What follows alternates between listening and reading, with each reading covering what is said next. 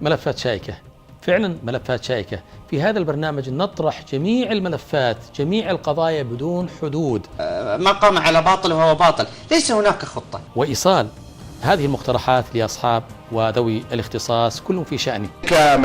معالي الوزير ولا معالي المحافظ، انزل للأرض، تحدث مع المواطنين، تواضع. نطرح القضايا بكل صدق وشفافية، نطرح القضايا اعتمادا على مستندات ووثائق رسمية. وزير المالية عندك كم الميزانية؟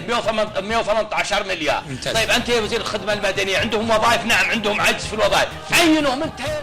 مع ضيوف متميزين نستطيع أن نصل إلى مقترحات تصل بإذن الله مباشرة إلى ذوي الاختصاص. من قريباتي في قرية من قرى المدينة، المديرة تمسكها، تريد أن تمسكها ابتدائي ومتوسط، هي تقول ضغط علي، أنا ما أقدر يعني أمسك ابتدائي ومتوسط.